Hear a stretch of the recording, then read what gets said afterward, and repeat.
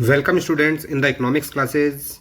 Macro economics हमारी ख़त्म हो चुकी है और आज हम लोग शुरू करने जा रहे हैं इंडियन इकोनॉमिक डेवलपमेंट, जिसकी यूनिट नंबर 6 हम लोग आज शुरू करेंगे। स्टार्टिंग की 5 यूनिट्स जो थी वो मैक्रो इकोनॉमिक्स की थी। फर्स्ट यूनिट थी नेशनल इनकम, सेकेंड यूनिट थी money and banking, third unit थी determination of income and employment, fourth unit थी गवर्नमेंट बजट और फिफ्थ यूनिट थी बैलेंस ऑफ पेमेंट, जो कंप्लीटली मैक्रो इकोनॉमिक्स का पार्ट था। इंडियन इकोनॉमिक डेवलपमेंट में शुरुआत होगी unit number 6 development experience 1947 to 1990 and economic reforms since 1991, जिसमें हम लोग आज शुरू करने जा रहे हैं chapter number 1। Indian economic development chapter number 1, Indian economy on the eve of independence, part 1। First of all हमें इस चैप्टर में जानना है features of Indian economy on the eve of independence, यानी कि जब हमें आज़ादी मिली थी 1947 में, तो उस समय पर हमारी अर्थव्यवस्था की विशेषताएं क्या थी, कौन कौन सी खास बातें थी हमारी अर्थव्यवस्था की। नंबर 1, स्टैग्नेंट इकोनॉमी, यानी कि एक ऐसी अर्थव्यवस्था जिसमें डेवलपमेंट बिल्कुल भी नहीं था। ग्रोथ रेट ऑफ पर कैपिटा इनकम वॉज जस्ट 0.5%। पर कैपिटा इनकम का मतलब एक व्यक्ति की एवरेज इनकम। हमारे देश में एक व्यक्ति की जो एवरेज इनकम है वही कहलाती है पर कैपिटा इनकम, और उसमें ग्रोथ रेट ना के बराबर था, 0.5%, 0.5% between 1860 to 1945 and only 0.1% between 1925 to 1950, और 1925 से लेकर 1950 के बीच केवल 0.1%, यानी कि 1% का भी 10वां हिस्सा, जिसका मतलब हम लोग कह सकते हैं कि हमारी इकोनॉमी में तरक्की बिल्कुल रुक चुकी थी, यानी कि हमारी इकोनॉमी में डेवलपमेंट बिल्कुल भी नहीं था, जिसे बोलते हैं stagnant economy. Point number 2, backward economy, हमारी अर्थव्यवस्था पिछड़ी हुई भी थी। Due to unemployment per capita income was just ₹230 in 1947-48, जिस साल हमें आज़ादी मिली थी। उसके बाद जस्ट हमारी इनकम जो थी, एक व्यक्ति की एवरेज इनकम, वो केवल 230 रुपीज़ थी, और ये पर एनम है अमाउंट, यानी कि एक साल का। तो एक महीने का अगर आप लगाओगे तो वो 20 रुपीज़ से भी कम बैठेगा। इससे हमें पता चलता है कि हमारी इकोनॉमी बहुत ज़्यादा पिछड़ी हुई थी, कि एक व्यक्ति की जो एवरेज इनकम थी पूरे साल की वो 230 के आसपास थी। Third point, dominance of agriculture. 75% population was engaged in agriculture and its GDP contribution was only 50%, यानी कि हमारे देश की अधिकतर जनसंख्या एग्रीकल्चर यानी कि कृषि में ही लगी हुई थी, खेती करने में, लेकिन जीडीपी में उसका कंट्रीब्यूशन केवल 50% था। जीडीपी में मतलब ग्रॉस डोमेस्टिक प्रोडक्ट, यानी कि एक साल में हमारे देश में जितनी भी गुड्स एंड सर्विसेज की वैल्यू हम लोग पैदा करते हैं वही कहलाता है GDP. With in the domestic territory जितने भी गुड्स एंड सर्विसेज हमने पैदा किए हैं ये उनकी वैल्यू होती है। Productivity per hectare, wheat 660 kg and rice 665 kg, जो पैदावार थी एक बीघा जमीन पर, वीट की केवल 660 थी और राइस की 665 kg, जो कि बहुत कम माना जाता है। फिलहाल कितना है वो भी आगे हम लोग डेटा में पढ़ेंगे, तब आपको अंदाजा लग जाएगा कि ये जो प्रोडक्टिविटी हमें दिखाई गई है, यानी कि प्रोडक्शन पर हेक्टेयर, ये बहुत ज़्यादा कम है। Total production of food grains was just 527 lakh tons, और पूरे इकोनॉमी का जो प्रोडक्शन था फूड ग्रेन्स का यानी कि अनाज का, वो केवल 527 लाख टन्स था, जो कि बहुत कम माना जाता है। Point number 4, bleak industrialisation. Bleak industrialisation means industrialisation था ही नहीं लगभग, और जो इंडस्ट्रीज थी भी थोड़ी बहुत, उनको अंग्रेजों ने बर्बाद कर दिया था। लैक ऑफ हैवी इंडस्ट्रीज, यानी कि हैवी इंडस्ट्रीज बिल्कुल भी नहीं थी, उनकी बहुत ज्यादा कमी थी। हैवी इंडस्ट्रीज का मतलब वो इंडस्ट्रीज जिनमें मशीनें बनाई जाती हैं, कैपिटल गुड्स जहां पर मैन्युफैक्चर होते हैं। Production of machines was almost negligible, machines का प्रोडक्शन देश में ना के बराबर था।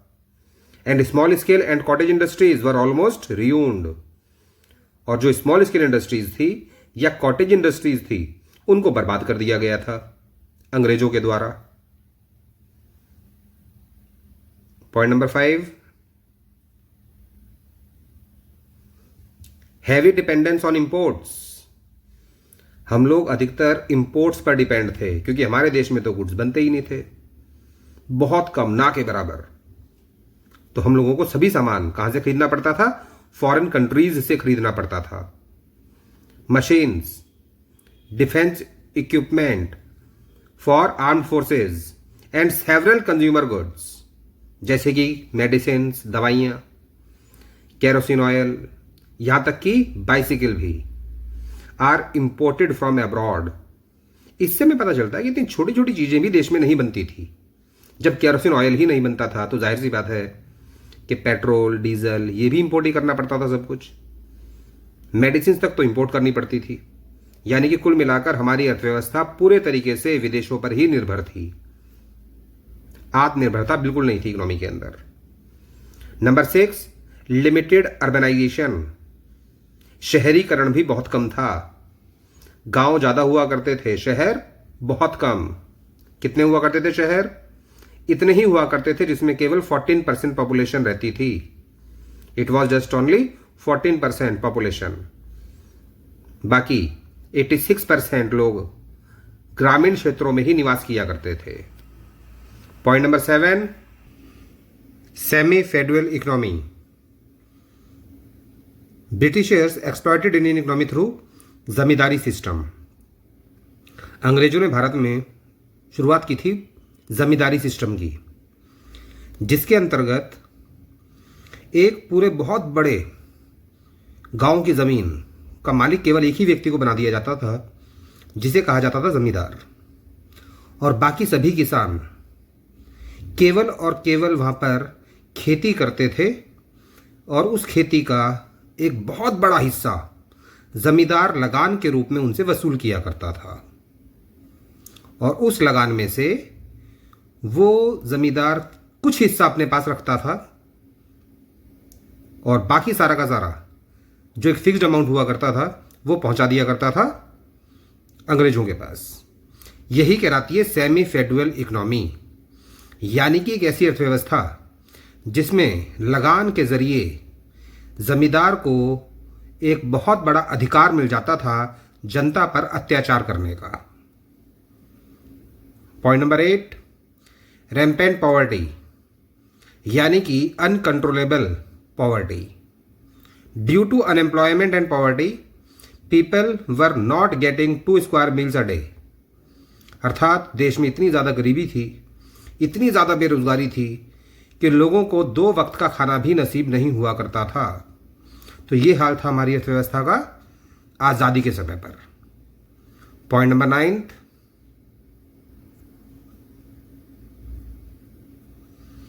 Poor infrastructure. Power generation capacity was majorly 2100 megawatt. बिजली की पैदावार केवल 2100 मेगावाट थी, जो कि बहुत कम थी डिमांड के हिसाब से। Length of railway lines was 53,596 kilometre, जो कि सफिशियंट नहीं थी पूरी इकोनॉमी के लिए। पक्का रोड यानी सीमेंटेड रोड, या जो तारकोल और बजरी की रोड बनाई जाती है, सॉलिड रोड, उसे बोलते हैं पक्का road, had coverage of 155,000 kilometre only. यानी कि सीमेंटेड रोड या जो तारकोल वाली रोड होती हैं वो केवल देश में थी 155,000 किलोमीटर, जो कि ज़रूरत के हिसाब से बहुत बहुत ज़्यादा कम थी। यानी कि हमारे देश का इंफ्रास्ट्रक्चर बहुत ज़्यादा बेकार था। Point number 10, depleted economy. एक ऐसी अर्थव्यवस्था जो लगातार खत्म होती जाती है, जिसके एसेट्स लगातार पुराने होते जाते हैं, उनको रिप्लेस नहीं किया जाता, ऐसी अर्थव्यवस्था को कहा जाता है depleted economy. It refers to an economy where no arrangements have been made to replace the physical assets depreciated due to excessive use. यानी कि हमारे देश के एसेट्स जरूरत से ज्यादा इस्तेमाल होने के कारण उन पर डेप्रिसिएशन बहुत ज्यादा लग रहा था और उनको रिप्लेस करने का भी कोई इंतजाम नहीं था, जिसकी वजह से हमारी इकोनॉमी लगातार खत्म होती जा रही थी। Point number 11, amputated economy. The Britishers policy of divide and rule always promoted discrimination. अंग्रेजों ने लोगों के बीच फूट डाली और राज किया। किस आधार पर फूट डाली? Between various groups on the basis of religion, caste, language, culture. धर्म के आधार पर, जाति के आधार पर, भाषा के आधार पर, संस्कृति के आधार पर हर प्रकार से अंग्रेजों ने कोशिश की कि लोगों को कभी भी देश में एक मत होने दो, क्योंकि अगर किसी भी देश को आप गुलाम बनाना चाहते हैं तो वहां पर एकता नहीं होनी चाहिए। अंग्रेजों ने यही किया था हमारे साथ। देश में फूट डाली, लोगों को आपस में बांट दिया और देश पर राज किया। Point number 12, colonial economy. Heavy taxes on domestic industry. हमारे देश में जितनी भी इंडस्ट्रीज थी उन पर बहुत ज्यादा टैक्सेस अंग्रेजों ने लगाए। ज्यादा टैक्सेस इसलिए लगाए ताकि उनका सामान महंगा हो जाए और फिर वो इंडिया में बिक ना पाए। क्योंकि देखो, आदमी कोई भी हो, आदमी वही सामान खरीदेगा जो उसको सस्ता मिलेगा। और उस समय पर इंडियंस को इंडिया का सामान लग रहा था महंगा और ब्रिटेन का सामान लग रहा था सस्ता, जो कि क्वालिटी में भी थोड़ा बेहतर था, जिसकी वजह से हमारे देश की इंडस्ट्रीज अपने आप ही खत्म होनी शुरू हो गई। तो ये अंग्रेजों की एक पॉलिसी थी कि टैक्सेस इतना ज्यादा लगा दिया जाए डोमेस्टिक इंडस्ट्रीज पर ताकि उनका सामान बिक ही ना पाए। Point number 2, natural resources in India were depleted for the growth of British industry. यानी कि हमारे देश के संसाधनों का बहुत ज्यादा बुरी तरीके से शोषण किया गया और उन संसाधनों को पहुंचाया गया ब्रिटेन में, ताकि जो ब्रिटिश इंडस्ट्रीज हैं वो फलें फूलें और हमारे देश की इंडस्ट्रीज को रिसोर्सेज मिल ही ना पाए। जब इंडस्ट्रीज को रिसोर्सेज ही नहीं मिलेंगे भारत में, तो इंडस्ट्रीज तो अपने आप ही बंद होनी शुरू हो जाएंगी। और जो थोड़ी बहुत बची भी थी, उनका सामान इतना ज्यादा महंगा करवा दिया गया था टैक्सेस लगाकर कि उन्हें भी बंद होना पड़ा। Point number 3, destruction of the Indian handicraft. और जो हस्तशिल्प था इंडिया में, हाथ के जो कारीगर थे, जो हाथों से बिना मशीनों का प्रयोग किए हुए सामान बनाया करते थे, चाहे वो मूर्तियां बनाएं, चाहे वो कपड़े बनाएं या वो गहने बनाएं, उसको भी अंग्रेजों ने खत्म कर दिया था। तो इस तरीके से हमारी अर्थव्यवस्था अंग्रेजों के द्वारा एक्सप्लॉयट हुई। नेक्स्ट टॉपिक आता है स्टेट ऑफ एग्रीकल्चरल सेक्टर। यानी कि आजादी के वक्त हमारे देश में कृषि की हालत क्या थी। Point number 1, low productivity and low production. Production भी कम था और प्रोडक्टिविटी भी कम थी। Production refers to total output. Production का मतलब कुल पैदावार हमारे देश में कितनी होती थी, while productivity refers to output per hectare. और प्रोडक्टिविटी का मतलब होता है कि 1 बीघा जमीन पर कितना प्रोडक्शन हुआ, या कह सकते हैं पर हेड, यानी एक व्यक्ति के द्वारा कितना प्रोडक्शन किया गया, वो कहलाती है प्रोडक्टिविटी। यहां पर दोनों को हम लोग कंपेयर करेंगे। पहले पढ़ेंगे प्रोडक्टिविटी के बारे में, फिर पढ़ेंगे प्रोडक्शन के बारे में। यहां पर कंपेयर किया गया है 1947 एंड 2019-20। ये डेटा आपको याद नहीं करना है। डेटा एग्जाम में इस प्रकार का कभी भी काम नहीं आएगा। जो डेटा बेस्ड क्वेश्चंस आएंगे उनमें डेटा आपको अवेलेबल कराया जाएगा। तो ये जो बात आपको बताई जा रही है केवल समझने के लिए है, ये डेटा रटने के लिए नहीं है। समझने वाली बात केवल ये थी कि आज़ादी के वक्त पर हमारा प्रोडक्शन और प्रोडक्टिविटी दोनों काफ़ी कम थे। तो यहां पर बात करते हैं वीट की। 1947 में वीट था 660 kg पर हेक्टेयर। यह है प्रोडक्टिविटी, यानी 1 बीघा जमीन पर केवल 660 kg ही वीट पैदा हुआ करता था। और हाल फिलहाल में अब कितना होता था 2019 में और 20 में 3421 kg पर हेक्टेयर। तो इस बात को देखते हुए हमें पता चलता है कि आज़ादी के वक्त हमारे देश में पैदावार बहुत ज़्यादा कम थी। सेम ऐसी राइस का आप देख सकते हो।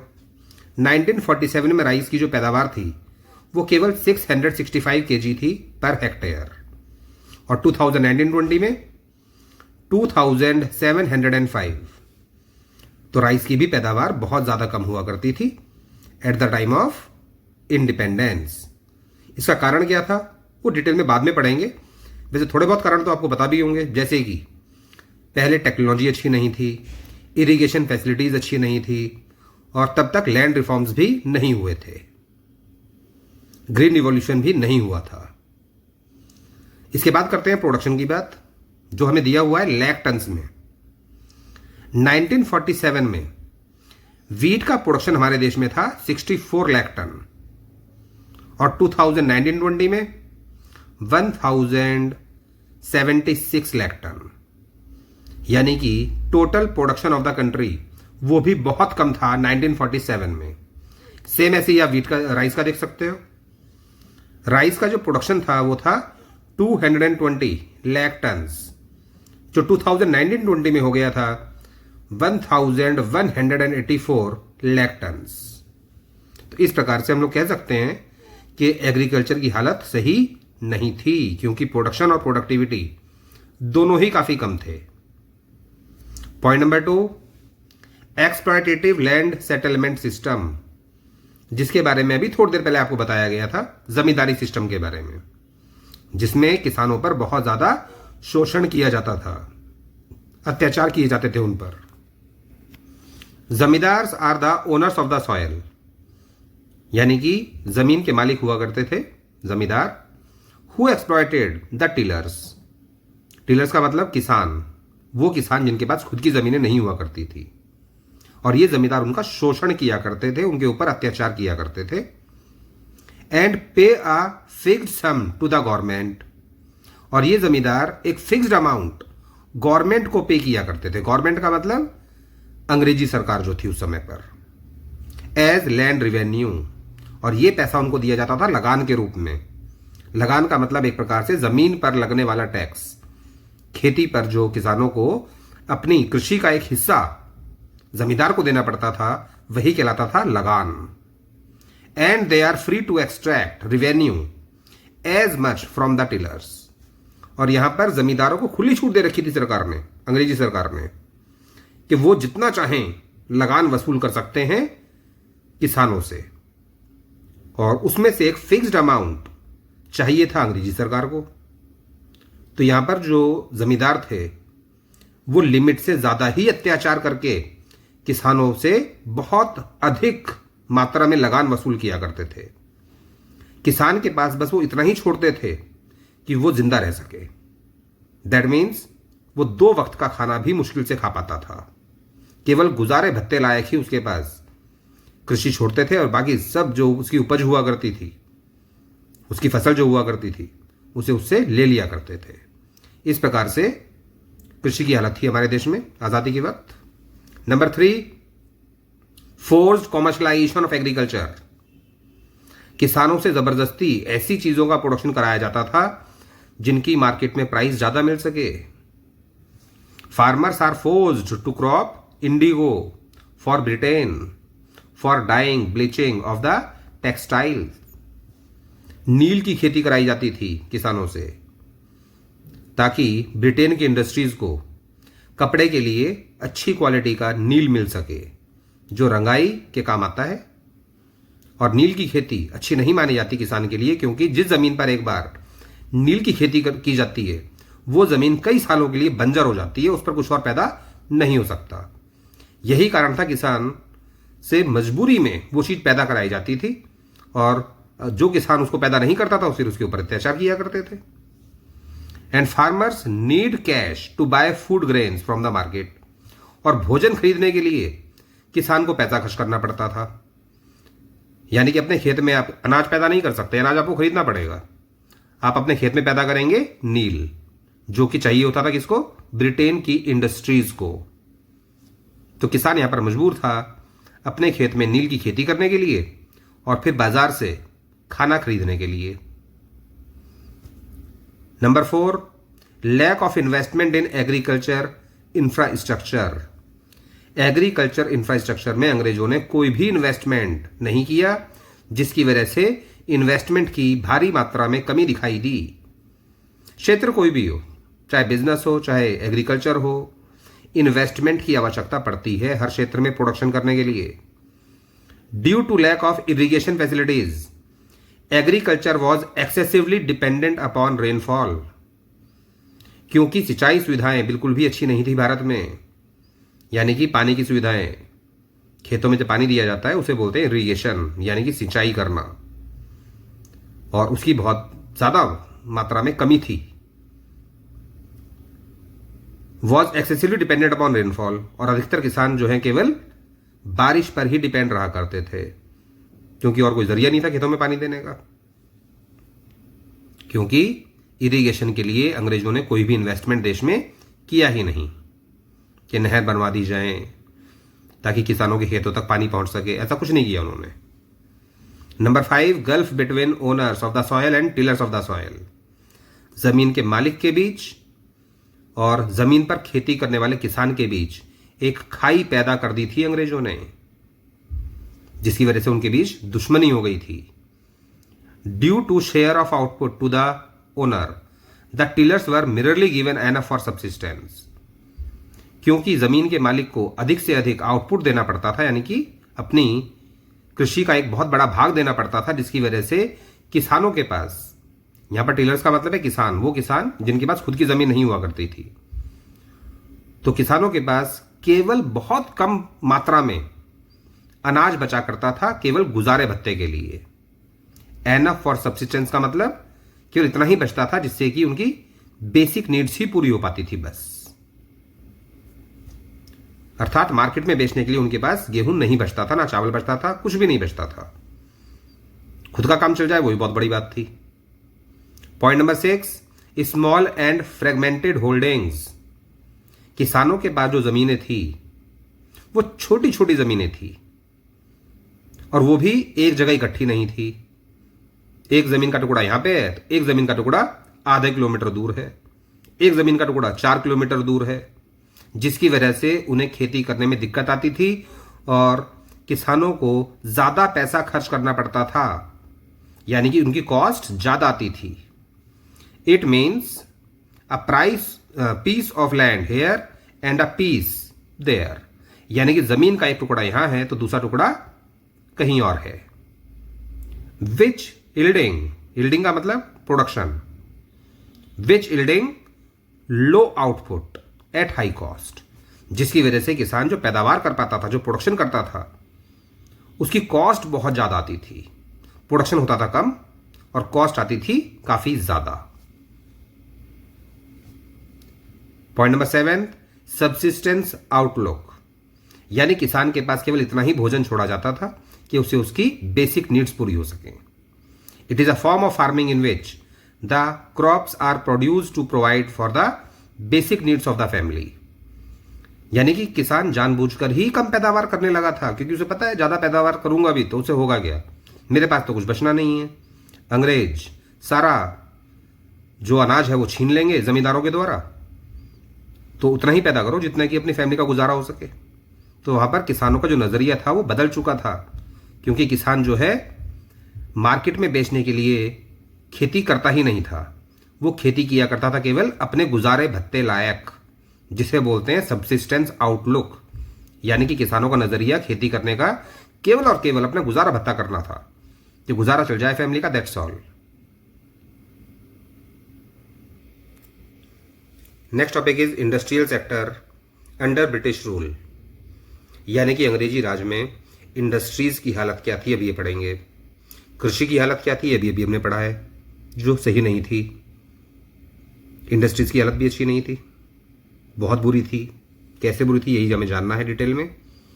Decay of world famous traditional handicraft and bleak growth of modern industry, यानी परंपरागत रूप से जो हमारे देश में हस्तशिल्प चला आ रहा था उसे तो अंग्रेजों ने कर दिया खत्म, और मॉडर्न इंडस्ट्रीज का विकास बिल्कुल भी नहीं किया।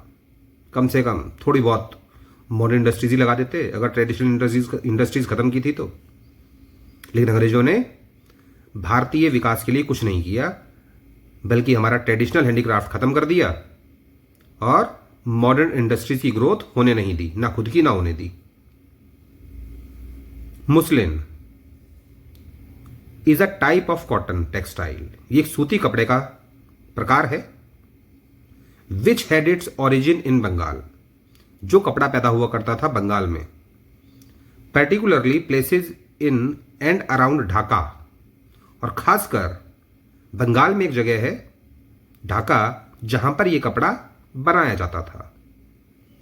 Spelled during the pre independence period as Dacca, उसे अब हम लोग ढाका बोलते हैं, पहले उसको डका कहा जाता था। और इस कपड़े का नाम था डका मुस्लिन, क्योंकि यह कपड़ा बनता कहां पे था, डक्का।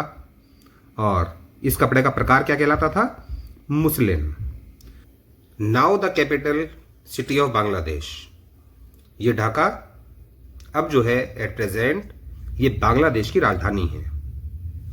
डका muslin had gained worldwide fame as an exquisite type of cotton textile, और डक्का मुस्लिन जो है पूरे वर्ल्ड में फेमस था, क्योंकि इस प्रकार का सूती कपड़ा पूरे विश्व में कहीं नहीं मिलता था भारत के अलावा। The finest variety of muslin was called मलमल, क्योंकि रेशम का कपड़ा हुआ करता था एक प्रकार का। तो इस कपड़े को जो फाइनेस्ट क्वालिटी थी इसकी, यानी बेहतरीन क्वालिटी, उसे कहा जाता था मलमल। और ये मलमल का कपड़ा इतना ज्यादा सॉफ्ट हुआ करता था कि 22 मीटर लंबा कपड़ा केवल एक अंगूठी में से निकल जाता था। आजकल एक रुमाल भी निकालना आसान नहीं होता अंगूठी में से, लेकिन उस वक्त वो कपड़ा इतना सॉफ्ट हुआ करता था, इतना वर्ल्ड में तभी तो फेमस था वो, कि एक 22 मीटर लंबा कपड़ा, पूरा थान कपड़े का जो होता है, वो केवल एक अंगूठी में से पास हो जाया करता था। Sometimes foreign travellers also use to refer to it as malmal shahi और मलमल खास। कभी कभार जो ट्रेवलर्स थे विदेशी, वो जब भारत में आते थे तो उसको कपड़े को क्या बोलते थे, मलमल शाही के नाम से वो जानते थे, यानी मलमल खास के नाम से। इंप्लाइंग दैट, जिसका मतलब ये होता था कि इट वॉज वॉर्न बाई और फिट फॉर द रॉयलिटी, यानी कि ये कपड़ा एक आम आदमी के लिए तो है ही नहीं, ये कपड़ा तो केवल राजा महाराजा शहंशाह जो होते हैं, बड़े बड़े राज्यों के मालिक, वही पहन सकते थे, केवल एक आम आदमी के लिए कपड़ा नहीं था ये। अब पढ़ेंगे डिटेल में किस प्रकार से अंग्रेजों ने बर्बाद किया इंडिया की इंडस्ट्रीज को। Point number 1, discriminatory tariff policy of the state, यानी कि सरकार की जो पॉलिसी थी वो भेदभावपूर्ण थी। टैरिफ पॉलिसी, टैरिफ कहा जाता है वो टैक्स जो इंपोर्ट एक्सपोर्ट पर लगता है। Tariff free export of raw material from India, यानी कि भारत से जब कच्चा माल जाता था ब्रिटेन में तो उसके ऊपर टैक्स बिल्कुल नहीं लगता था। And tariff free import of British industrial products into India, और जब वहां से यानी कि ब्रिटेन से जब गुड्स इंडिया में लाके बेचे जाते थे तो उसके ऊपर भी टैक्स बिल्कुल नहीं था, वो सब टैरिफ फ्री था। ऐसा उन्होंने इसलिए किया था जिससे कि ब्रिटेन की इंडस्ट्रीज को रॉ मटेरियल सस्ता मिल सके और उनके गुड्स भारत में आकर भी सस्ते ही बिके। और इंडिया की जो इंडस्ट्रीज थी उन पर टैक्सेस लगा रखे थे बहुत ज़्यादा, ताकि उनका सामान महंगा हो जाए और वो इंडिया में बिक ना पाए। Point number 2, disappearance of princely courts, यानी कि राजशाही राजतंत्र हर प्रकार से अंग्रेजों के द्वारा ख़त्म कर दिया गया। उसके बाद ना कोई नवाब रहा, ना राजा रहा, ना कोई राजकुमार रहा, ना कोई शहंशाह रहा। और जो इंडिया में हैंडीक्राफ्ट हुआ करता था उसके कदरदान तो वही लोग हुआ करते थे। जब राजपाटी ख़त्म हो गया, ना राजा रहे ना शहंशाह रहे, तो हैंडीक्राफ्ट को खरीदने वाले लोग भी नहीं रहे। क्योंकि ये कपड़ा जो था, जिसके बारे में थोड़ी देर पहले आपको बताया था, डक्का मुस्लिन या कोई भी प्रकार का हैंडीक्राफ्ट थोड़ा महंगा पड़ता है वो इंसान को, और वो चीज़ें एक आम आदमी खरीदने लायक नहीं होता। और आम आदमी तो छोड़ो, अंग्रेजों ने तो किसी आदमी को आम आदमी भी नहीं छोड़ा था, बहुत ज़्यादा गड्ढे में पहुंचा दिया था। यही कहलाता है disappearance of princely courts. Nawabs, rajas, princess and emperors patronise the handicraft. यानी कि ये थे वो लोग जो कदरदान थे हैंडीक्राफ्ट के। But after British rule the handicraft started decaying. लेकिन अंग्रेजी राज आने के बाद हैंडीक्राफ्ट ही खत्म होना शुरू हो गया। जब यही लोग नहीं रहे जो कदरदान हुआ करते थे हैंडीक्राफ्ट के, तो फिर हैंडीक्राफ्ट कहां से रहेगा। Point number 3, competition from machine made products. Indian products का कंपटीशन बढ़ गया था, और ये कंपटीशन हो गया था अब मशीन मेड प्रोडक्ट से, जिसकी वजह से इंडियन इंडस्ट्रीज धीरे धीरे खत्म होने लगी। क्योंकि मशीन मेड प्रोडक्ट जो थे वो सस्ते बन जाते हैं, जिसकी वजह से वो सस्ते बिक पाते हैं और उनकी क्वालिटी भी ज़्यादा बेहतर होती है। तो इंडियंस को ब्रिटेन का सामान ज़्यादा बढ़िया लगने लगा कि सस्ता भी है और साथ में क्वालिटी वाइज भी इंडियन प्रोडक्ट से कंपैरिजन में काफ़ी अच्छा था। Low cost products forced craftsman to shut down their enterprises. अर्थात भारत में जो क्राफ्टमैन थे उनको मजबूरी में अपनी एंटरप्राइजेज को बंद करना पड़ा, क्योंकि जो मशीन मेड प्रोडक्ट थे वो लो कॉस्ट प्रोडक्ट थे, और इंडियन जो प्रोडक्ट्स थे वो काफ़ी महंगे पड़ते थे कस्टमर्स को। Point number 4, new pattern of demand. Demand का पैटर्न बदल चुका था। जैसे कि भारत का जो कल्चर था पहले, उसके मुताबिक लोग पहना करते थे धोती कुर्ता, सर पे टोपी लगाते थे या पगड़ी पहनते थे। लेकिन जब नया पैटर्न डिमांड का आया तो ये सब कुछ बंद हो गया और उसकी जगह ले ली पैंट शर्ट, और पगड़ी की जगह ले ली हैट ने। Western culture dominates the traditional Indian culture. यानी कि जो पश्चिमी सभ्यता थी वो हमारी सभ्यता पर पूरी तरीके से, हमारी संस्कृति पर पूरी तरीके से छा गई। Due to which the Indian industry tended to perish. जिसकी वजह से इंडियन इंडस्ट्रीज जो थी वो गायब हो गई। गायब इसलिए हो गई जब उनका सामान ही नहीं बिकेगा तो बिजनेसमैन वो बिजनेस करके करेगा क्या। तो इस तरीके से अंग्रेजों ने अपनी संस्कृति को हम पर हावी किया, जिससे कि इंडियन इंडस्ट्रीज जो हैं वो खत्म हो जाए। Point number 5, introduction of railway in India. अंग्रेजों ने शुरुआत की रेलवे की, ताकि इंडिया से कच्चा माल इकट्ठा करके जगह जगह से ब्रिटेन तक पहुंचाया जाए, और ब्रिटेन से जो आया हुआ तैयार माल है वो देश के कोने कोने तक आसानी से पहुंचाया जाए। यानी कि अंग्रेजों ने रेलवे की जो शुरुआत भारत में की थी वो हमारे भले के लिए थोड़ी की थी, वो केवल अपने फायदे के लिए की गई थी, ताकि अंग्रेजों का उसमें फायदा हो और ब्रिटेन की जो इंडस्ट्रीज हैं वो फले फूले। Low cost products of Britain reached every corner of the country through railway, due to which high cost Indian industries ruined. यानी कि ब्रिटेन के सस्ते जो गुड्स थे वो अब देश के कोने कोने तक पहुंचने लगे थे, जिसकी वजह से इंडियन इंडस्ट्रीज बर्बाद हो गई।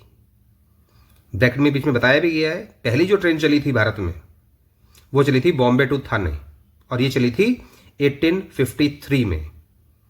इंपॉर्टेंट बात ध्यान रखिएगा, भारत में रेलवे की शुरुआत 1850 में हुई थी, 1850 में, और पहली ट्रेन जो चली थी वो चली थी बॉम्बे टू थाने 1853 में। इस सेशन के लिए इतना बहुत है, बाकी नेक्स्ट सेशन में आपको कराया जाएगा। तब तक वीडियोस को लगातार देखिए, टॉपिक्स को बार बार समझिए। अगर आप बार बार वीडियोस को देखेंगे तो इससे आपको टॉपिक्स को रटना नहीं पड़ेगा, और एग्जाम में कभी भी रेक्टिफिकेशन काम आता भी नहीं है। कोशिश कीजिए कि अधिक से अधिक बार इनको देखें और टॉपिक्स को लिख लिख कर याद कीजिए।